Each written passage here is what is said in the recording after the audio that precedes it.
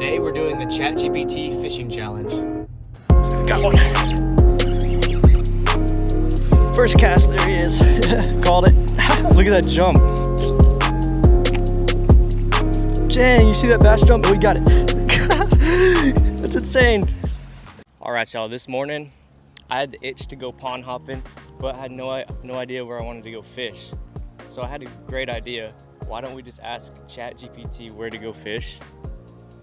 So that's exactly what we're gonna do today. I'm gonna pull out my phone right now and see if Chat GPT can help us catch some big bass. All right, so I asked Chat GPT to give me 3 ponds to go catch some bass in near me, and it gave me 3 results.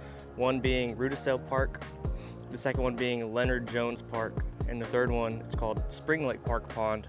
So we're gonna head to Cabela's, pick up some lures, and see if we can't catch any bass in these ponds. All right, y'all. We made it to Bass Pro Shops. Let's see what kind of lures ChatGPT is going to recommend for us today. All right, since we asked ChatGPT where to fish, I think it'd be a good idea to ask what to fish with as well. So I looked up the top 3 answers for what to fish with at these ponds we chose. The first one is going to be a Yamamoto Senko. It says rig it wacky style or Texas rigged. The second bait is going to be a Z-Man original chatterbait bladed jig. It says it offers flash and vibration to provoke strikes.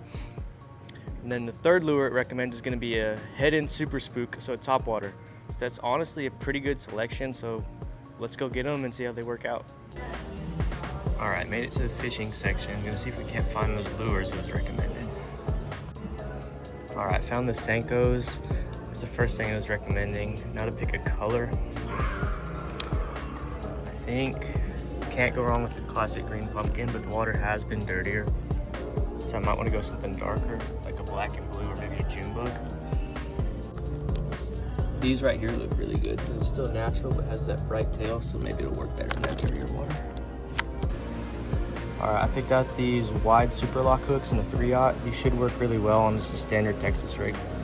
Made it to the chatterbait section. ChatGPT was saying to use the original chatterbait. If it was up to me, I might do something more like a jackhammer, just higher quality all around, but I'm gonna stick to what ChatGPT said and go with one of these guys. I'm thinking a chartreuse color. I think I'm also gonna get these as a trailer to put on the back of the chatterbait. I think that'll work really well. Spook, I think we'll pick a Spook Junior just because we're fishing ponds. It'll be a little bit smaller for presentation. Hopefully we can get more bass. I think I'm gonna go with this color. It's kind of like a bluegill, but it's got that white belly on it, so I think that'll work really well in the ponds. All right, we got the bag secured full of the baits. Let's head to pond number 1. See y'all there. All right, we made it to pond 1. This place honestly looks pretty sweet, and we got our 3 different lures here that ChatGPT picked out for us. So we got the Senkos with the green pumpkin with the bright chartreuse tip and some EWG hooks to go with that. Got the head-in topwater super spook. I think that might work really well today because it's pretty overcast. And then we have the chatterbait, original chatterbait with the Crest City freeloader as a trailer. I think the chartreuse and white color would be really good right now because it's been raining, so the water should be a little bit dirtier.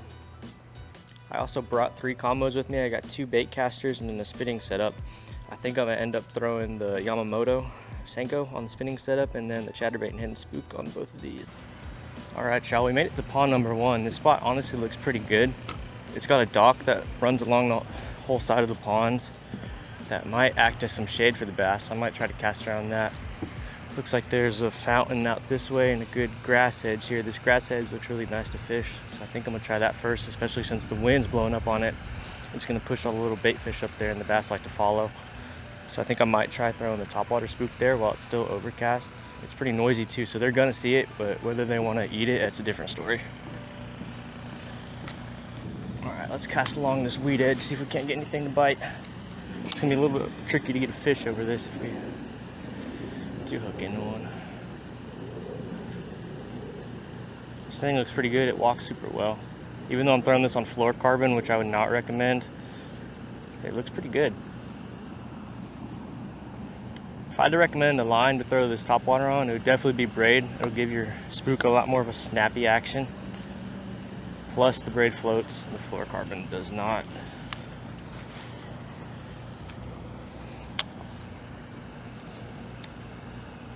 If there's any bass on this side of the pond though, they'll definitely see it or hear it. It's got some pretty loud rattles in there. And I'd be surprised if they weren't in a chasing mood given the conditions, with it being overcast with a little bit of wind.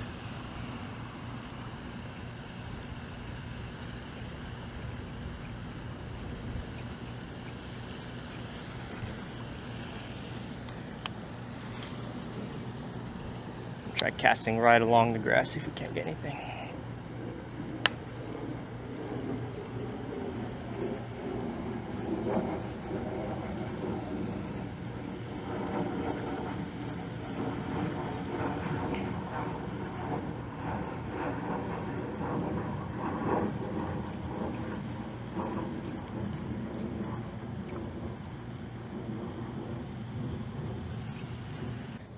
Found a crawfish pincher, so that's a good sign that the bass are eating crawls in here.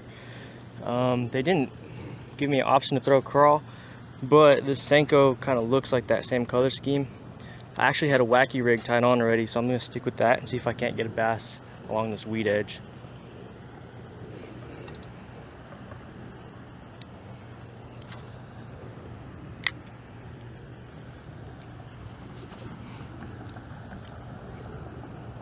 With the wacky rig, it's meant to be fished super slow because it's got a really slow fall rate. So you don't want to rush it because then the bass might get a little bit intimidated and swim away. Oh, looks like we got a bite already. They might want a slower presentation today. Looks like we got one. Oh, that's a nice one, it feels like.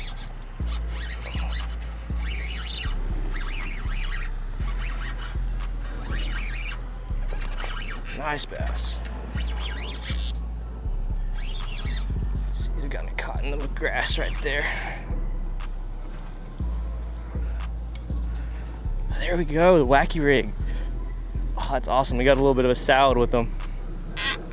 Hooked him right in the side of the mouth right there. Let's get that hook out. Hooked him nice and good in the corner. All right, look at that. Pond 1 success on the wacky worm. Let's go to the big camera. Look at that fish. Very pretty, healthy bass. Smoked the wacky rig. Shoot, Chat GPT might be onto something. All right, let's let this little guy go. Toss. Awesome.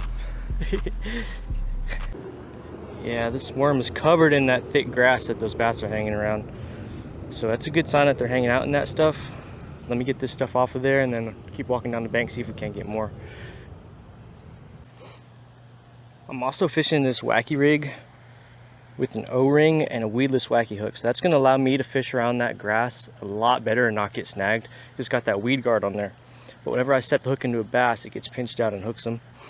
And then the O-ring right here is going to help you get more life out of your baits. And also sometimes if you don't use it, your bait will fly off mid-cast if you cast too hard. So that also prevents that. Usually where there's one bass, there's going to be more. So it's always a good idea to kind of break down the area you've caught one in and fish it a lot slower, just so you can make sure you're not missing out on any good fish.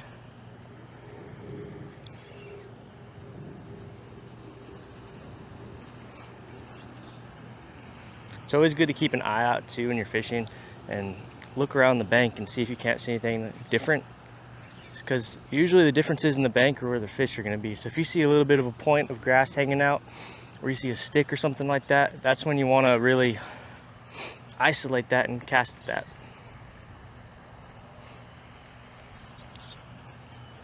But in this situation, this whole bank looks pretty much the exact same.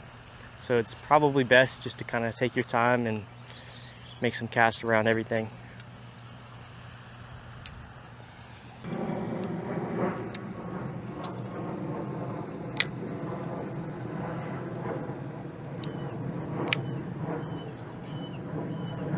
Oop, I'm getting bit again. Kind of felt like a bluegill. If it is a bass, it's probably pretty small. Yeah, he dropped it. I think it was a bluegill.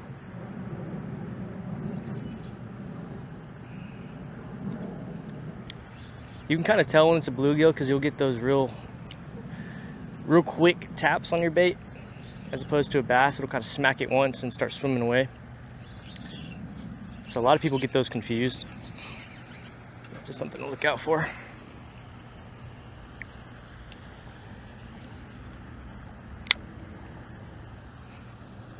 That dragonfly just landed on the water right there. I wouldn't be surprised if a bass came up and smoked him.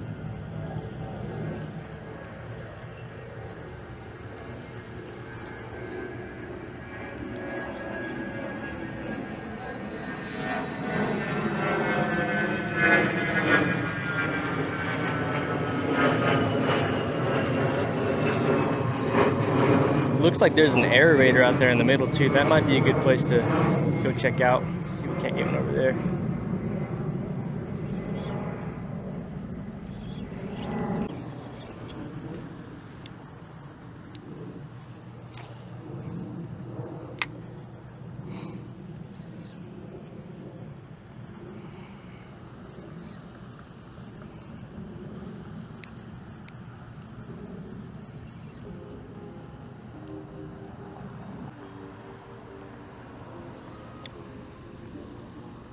Oh, there we go. There's another. Oh, he slammed it.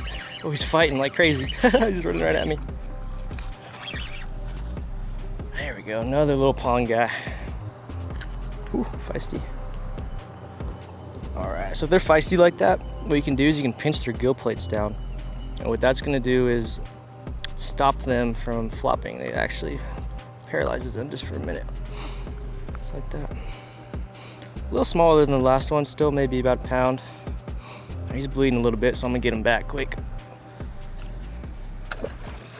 Nice, that's the second one on the wacky rig. I think we found a pattern. All right, I went ahead and moved down a little bit more towards the aerator since that last bass. It's a little bit out of casting distance, but there is some good there's some good grass coming up right there. I'm not sure what you would call that kind of grass, but it's more like the sludge.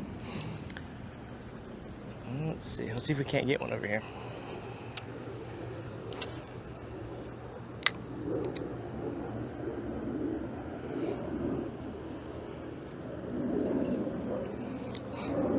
I'm throwing this wacky rig on a 7-foot medium heavy.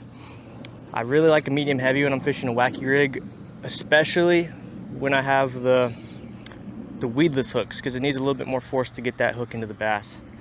I'm also running this on a 15-pound braided line. That's gonna make sure I get the best casting distance.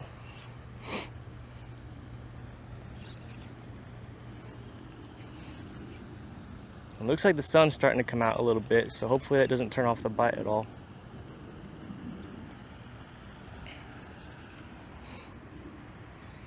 That last bass ate it pretty much right on the bank, so that tells me where I should be casting. There's a little pocket over here I might try. Just like that. It does seem to be pretty shallow, maybe about 2 feet deep. It is a little bit clearer than I was expecting it to be. So that's why I'm kind of hesitant to throw that chatterbait right now. And if it's not broke, don't fix it. I mean, this wacky rig's killing them. I think I got nudged over there, so I'm gonna make another cast. A little bit different area.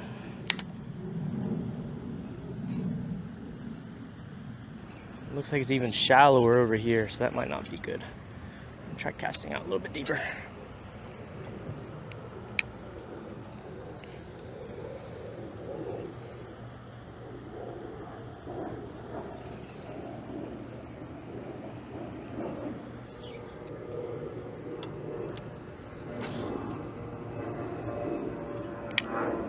Saw some commotion out there about halfway to the aerator, so I cast it up there, see if I can't get a bite.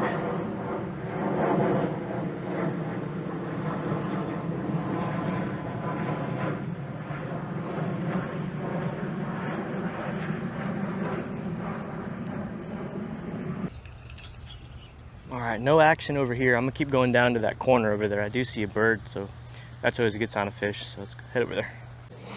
Oh, there's another crawfish claw. That's a good sign. I see this topwater grass and mat over here. So I'm gonna try to fish along that because sometimes the bass like to hang out underneath it because there's a lot of shade, so they can use that, one, as protection from the sun, keep them cool, and two, as an ambush point. So for any bluegill or crawfish they see swimming by, they'll come out from under that mat and smoke them.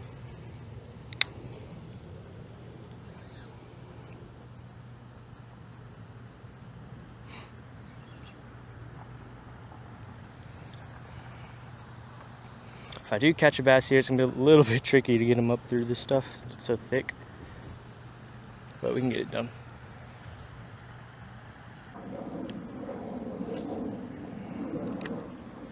Perfect cast, money. That should be a fish.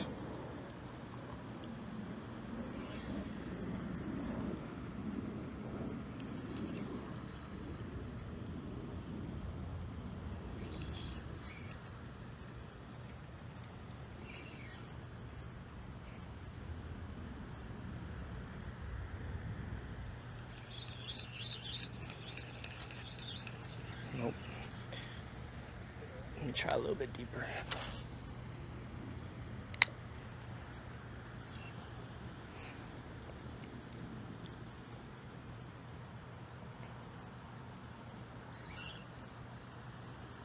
There we go, that's a bite. Felt like a real small one though. We let go of it. Both of those bites were a little bit further off from the mat, so it leads me to believe the fish are kind of out and about, which kind of makes me want to pick up that chatterbait and give it a try before we get out of here. I think that's what I'm gonna do. All right, we got a couple seconds left on my 30-minute timer to fish the pond, so I'm gonna make a couple casts with the chatterbait. If we can't get anything, we're gonna go on to pond number 2.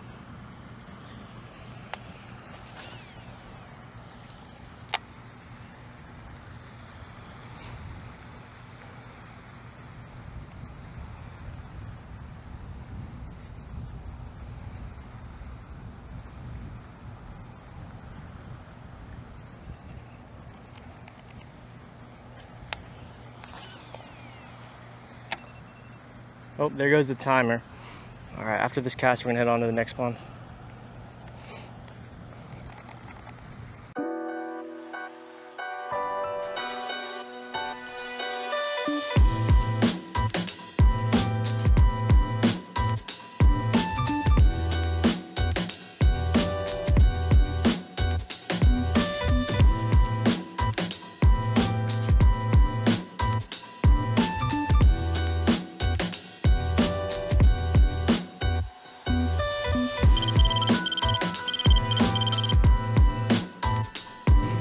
Made it to pond number 2. This is called Leonard Park, I believe.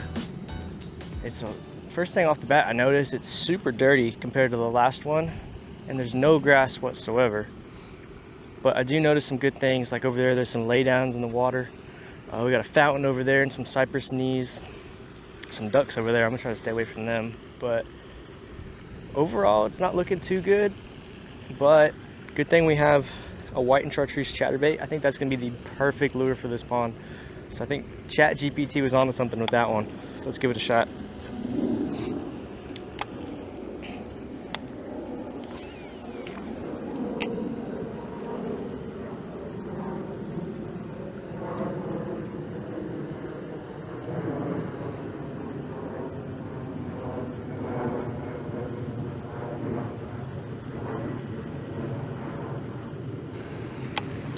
Went ahead and walked over here to where I saw the laydowns, and the wind's blowing up in this corner too, so I think it's gonna be a good area to fish.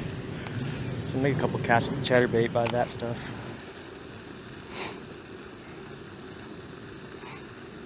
I like slow rolling my chatterbait, especially in dirtier water like this, because it gives the bass a better chance to actually eat it.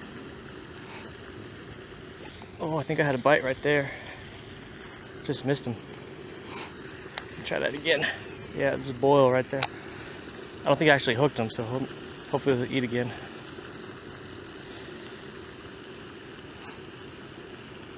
On a good note too, there is a lot of signs of life in here. I'm seeing fish jump, I'm seeing bird life, like herons and kingfishers. There's also a bunch of bugs too, so that's good forage for the bass.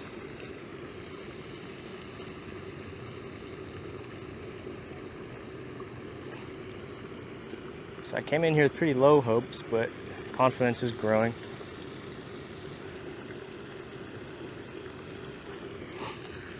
Let's see if I can get back way in there.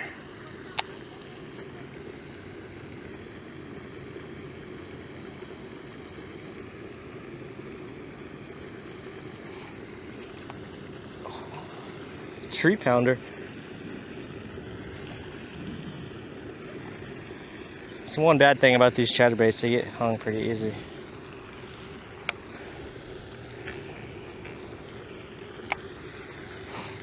Get you off of there.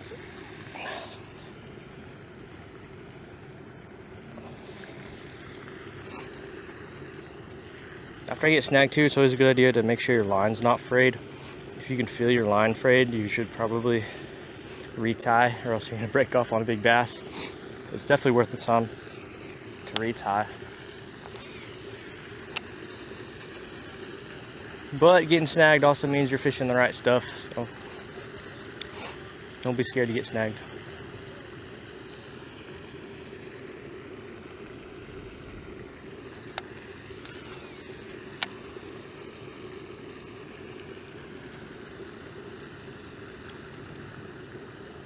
I'm fishing this chatterbait on some 14-pound fluorocarbon. That's my favorite line to throw a chatterbait on. I get the best casting distance and strength. It doesn't let that bait rise too much.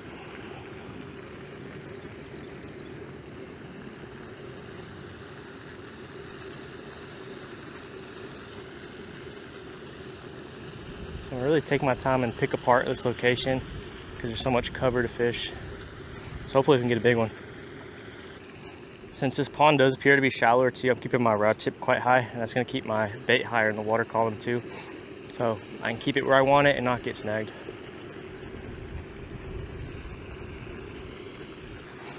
think I'm going to go ahead and move down to the next laydown. It looks like there's a little bit of concrete over there too. Bass do like hiding around that stuff. There's a couple birds over there too, so that's a good sign.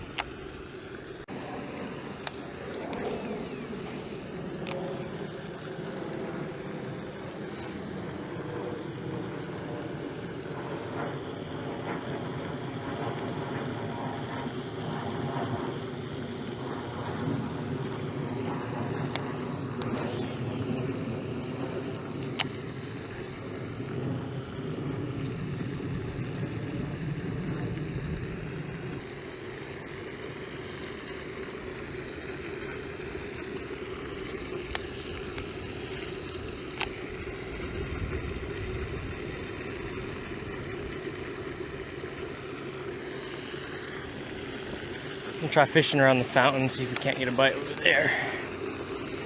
Gotta be careful with the fountains because sometimes we'll get hung up on the fountain cord.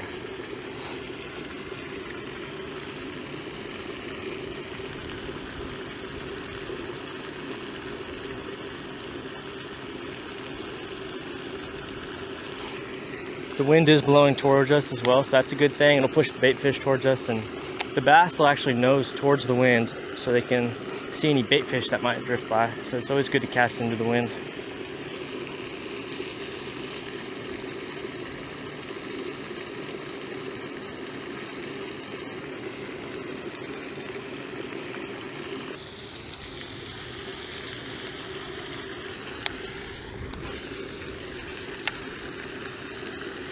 All right, no bites on the chatterbait, so I think I'm gonna move back to that wacky worm and see if I can slow down around some of these laydowns and see if we can get a bass off of them.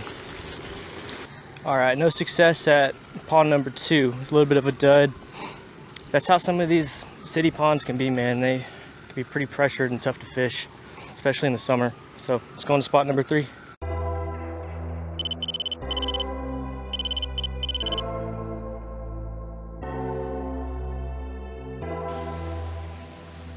Alright, we made it to our third and final spot of the day. It's definitely the smallest pond I've seen today, but it honestly looks the juiciest. I'm really excited to fish this actually. I see fountain, multiple different aerators. We got a drain down there, and the whole thing is lined with this lush green grass.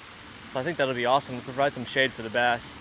I mean, I had to stop at HTO to get me some iced tea because it was so hot out. It's still 100 degrees in Texas, even though it's almost October, which is crazy. So if I'm hot, that means the bass are hot, so they'll probably be up under that stuff. So I'm thinking about throwing this chatterbait along the weed edges. And if I can't get anything doing that, I'm gonna swap to the wacky rig again and fish slower around them. But this one looks good, y'all. All right, I'm gonna start in this little cove back here where the fountain is and try to fish along this grass edge right here. I feel like the bass will be hiding all up in that. So I'm gonna cast this chatterbait along the edge. Water's fairly clear. It is a little bit stained, but nowhere near as dirty as that last place. So I got a good feeling about this pond. It looks good. I'm just gonna kind of make some fan casts here as well so I can cover the most amount of water as possible.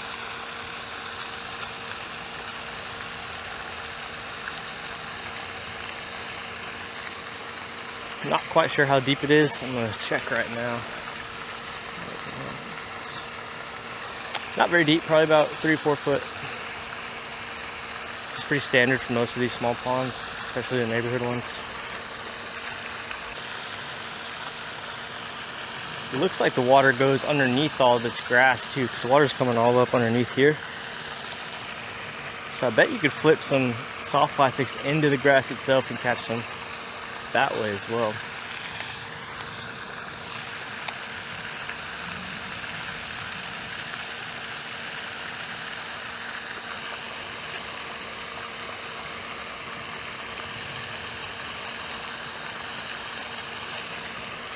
Chatterbait is one of my favorite lures to fish around grass just because of how easily it goes through it. I think just the streamlined design of it, that really helps. And if you do get a little bit of grass on there, just give your rod a little pop like that and it should come right off.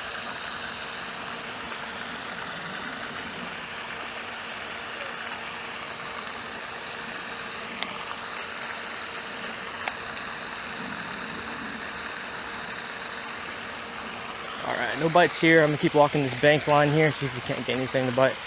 Alright, time to fish by this aerator. See if it can't produce any bass. Looks like one just spooked right here in front of me actually. That's a good sign.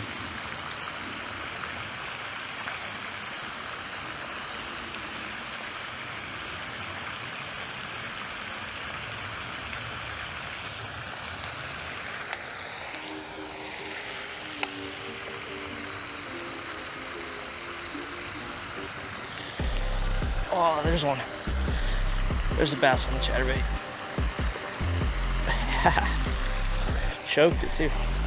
Look at that, a little dinky bass. That's cool. Let's go with the big camera.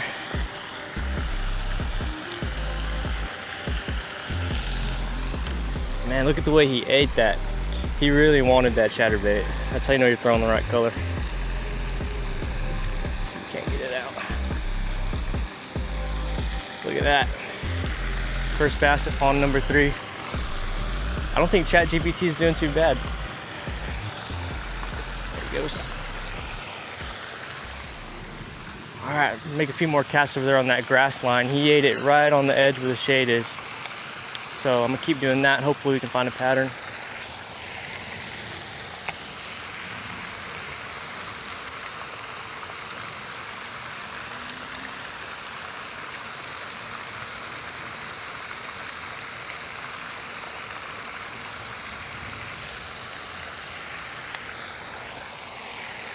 Oh, one just blew up over there on that dragonfly.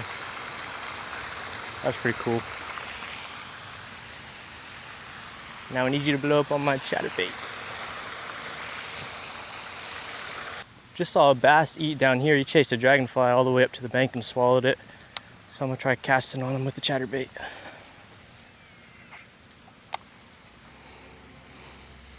First cast, there he is. Called it. Look at that jump. Dang. Whew. Look at that, another nice one. He ate it well too. Cut pretty. Choked it.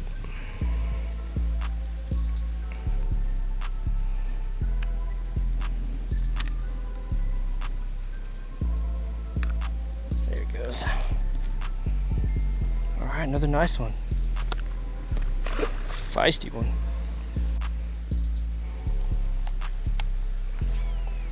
See if we can't get another one over here.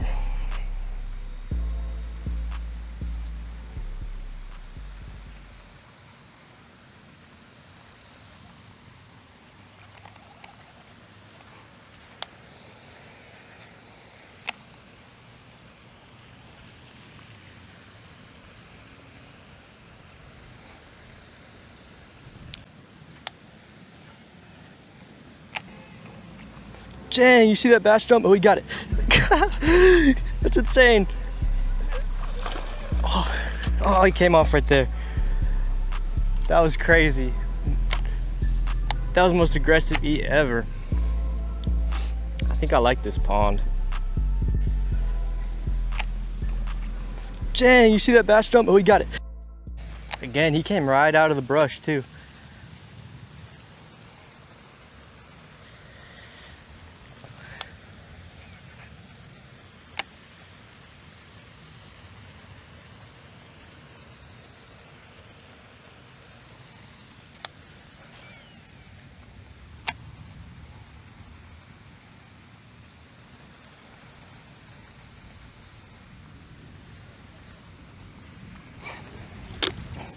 Always pick up trash too around your fisheries. I mean, if you see stuff on the ground, pick it up, throw it away. Don't litter. Keep them clean, keep the fish healthy. I'm gonna set up a little Texas rig here too. I feel like the bass will eat this real well in this pond too, with how aggressive they're being. Alright, since we already caught 3 on the chatterbait here, I think I'm gonna try to switch it up and catch fish on the other 2 lures we bought at Bass Pro, just to kind of make it a little bit of a challenge. Alright, I think I'm gonna try the topwater spook first, since that bass jumped out of the water like crazy. I don't think it'll be a bad idea.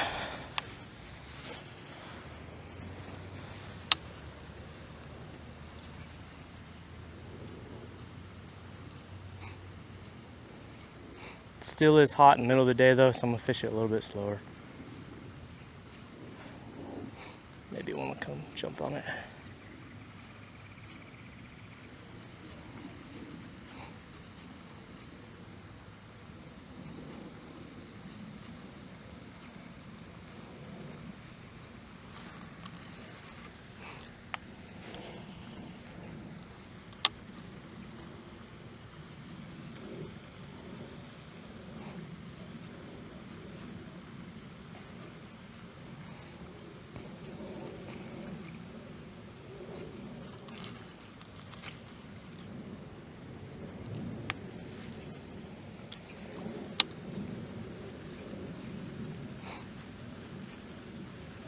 Sun's coming back out.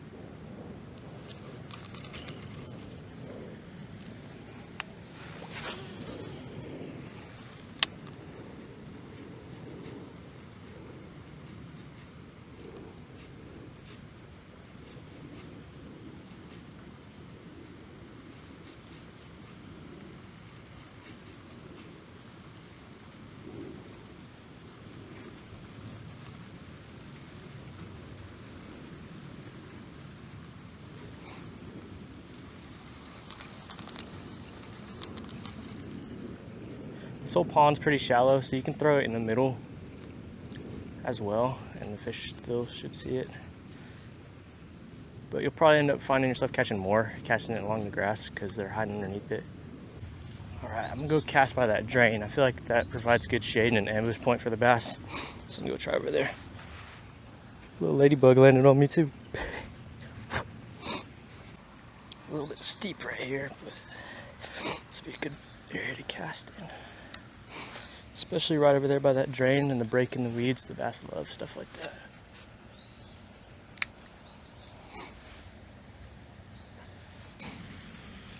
Not much action on the worm either.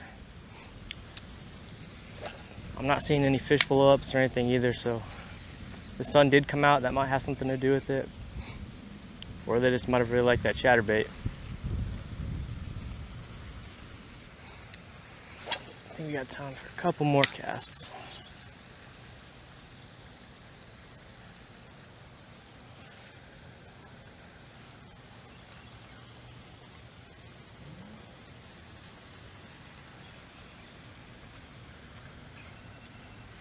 Oh, looks like that's the timer. Yep, that's the timer, 30 minutes up at pond number 3. Meet y'all back at the truck.